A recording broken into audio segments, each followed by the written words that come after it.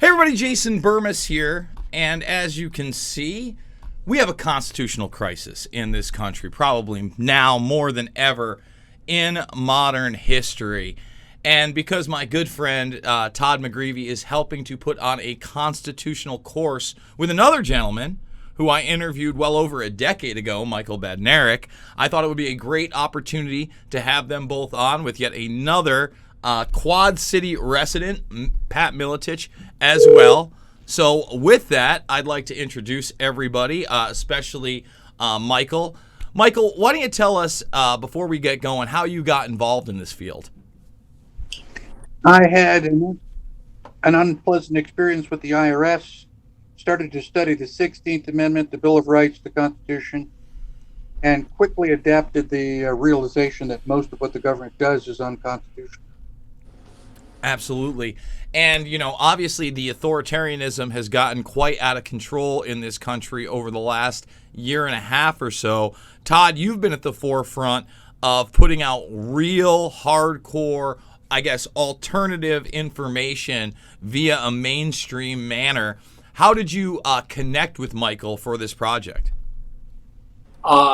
Michael and I met back in 2008 or 9. I think it was 2008 and 2008 when Bob Schultz and the We the People Foundation was doing a countrywide tour to recruit people to help with the Continental Congress and get delegates from each state to evaluate all of the peaceful actions that the We the People Foundation had been taken to date to rectify the violations of the Constitution.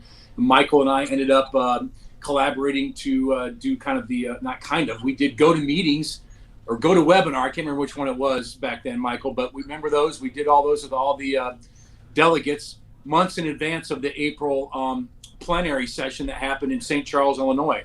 And that's how we got together and met. And we've worked on many projects since then, including the County Sheriff Project in 2012 out in Las Vegas. We had over 100 sheriffs get constitutional training.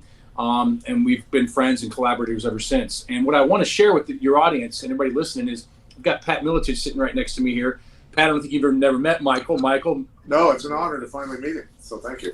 What I want to say is that the setup for this is Michael is coming here to Davenport, Iowa this Saturday to teach a class at the newspaper office that I own and publish called the River Cities Reader.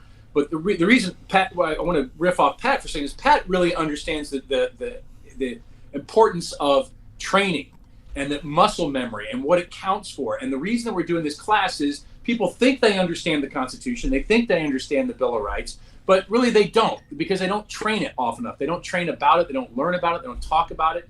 And we're bringing in an assassin trainer, Michael Badnarik, to help train people here in the Quad Cities, because we need to have better people better trained on the Constitution where we live if we're going to assert our liberties and control our destiny where we live. So that's part of the dynamic we're working here is teaching people, and Michael's a great teacher.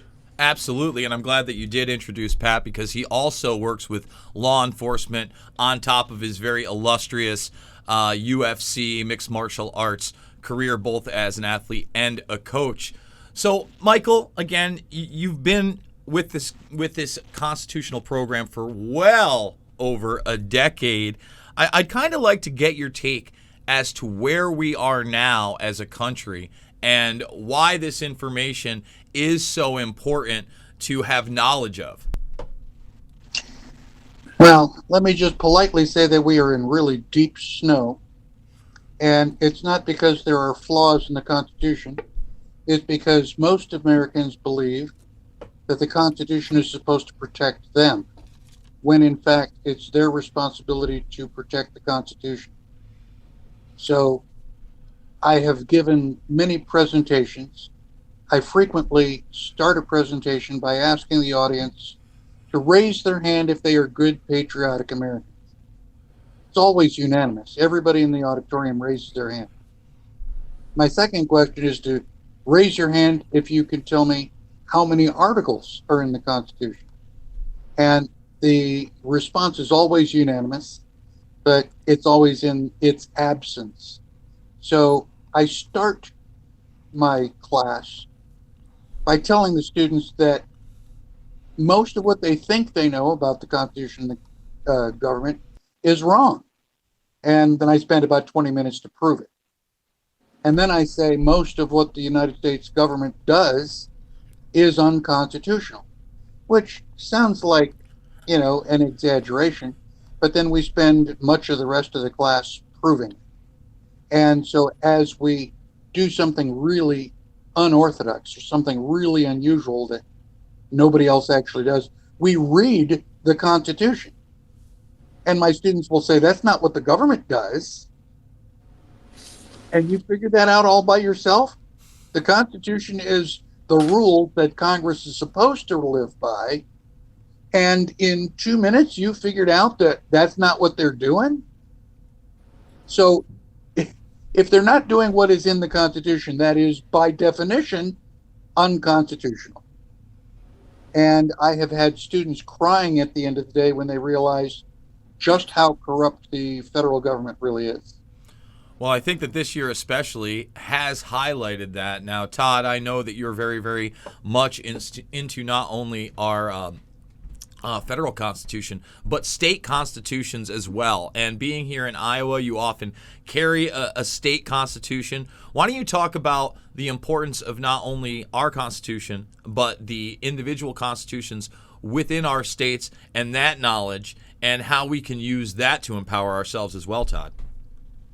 Well, I want to riff on that just a little bit, Jason. And one of the things I think that we're going to learn in Michael's class this Saturday coming up, a lot of people don't understand that the Constitution wasn't written to provide rules for us and how we shall govern ourselves. It was written to create rules and to hold government accountable to what they can and cannot do. The other thing, that there's a difference between rights and privileges that Michael's course will go into as well. A lot of people don't understand the differences between those two things. But back to your state constitution idea, that's the beauty of having 50 state constitutions. We have 50, like for instance, here in Iowa, we don't have as much of a draconian lockdown on our populace as they do in other states. And we're lucky to have that here in Iowa. Texas is similar as well, where Michael is. And so each state constitution has a slight variation, if you will. But Michael, correct me if I'm wrong, they all share a adherence to the Bill of Rights. Yes, absolutely. That's the purpose of any government, and that is to protect the life, liberty, and private property of the people underneath that government. And maybe that's a bad phrase. We, the people, created the government. The government works for us, not the other way around. You and I do not require government permission to exist, but the government does require our collective permission to exist.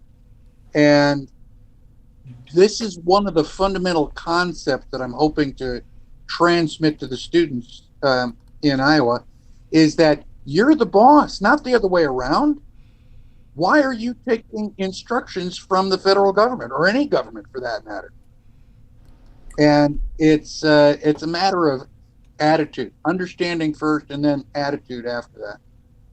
I just want to point out that this is the very essence of everything we're dealing with. Americans have completely forgotten that this is the case, and that's why we're dealing with what we're dealing with. I mean, literally, Americans almost look to their government as royals, as ordained by God to rule over us, and that's just simply not the case at all.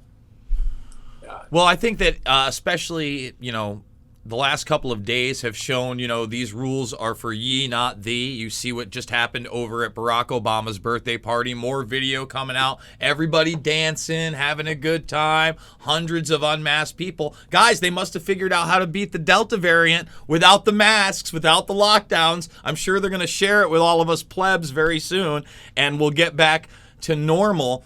What has it been like, Michael, for you in a state like Texas that has pushed back quite a bit, but still had many people, especially corporations, coerce their employees, coerce the people into these draconian lockdowns and other measures? I ignore them. I don't wear a mask. Nobody can force me to wear a mask. I went to a restaurant and they said, well, it's, company policy. And I said, well, it's going to be my policy to get my food someplace else. I'm not obligated to do business with those organizations. So what do you see? What do you see coming up with, basically this administration, and it is a zombie administration. Anybody that thinks that Joe Biden is actually running the country is extremely naive, in my opinion. However, they seem to be going the route of executive orders. And for instance, even when the Supreme Court recently ruled that you can't have this moratorium, instead of extending it, they just created a different moratorium on rent. In your opinion, is that constitutionally sound at all? Well, I don't pay any attention to the government. I don't even watch the news for the weather anymore. I'm living my life. I know what my rights are. And if anybody tries to violate my rights, they're going to find that a career-limiting maneuver.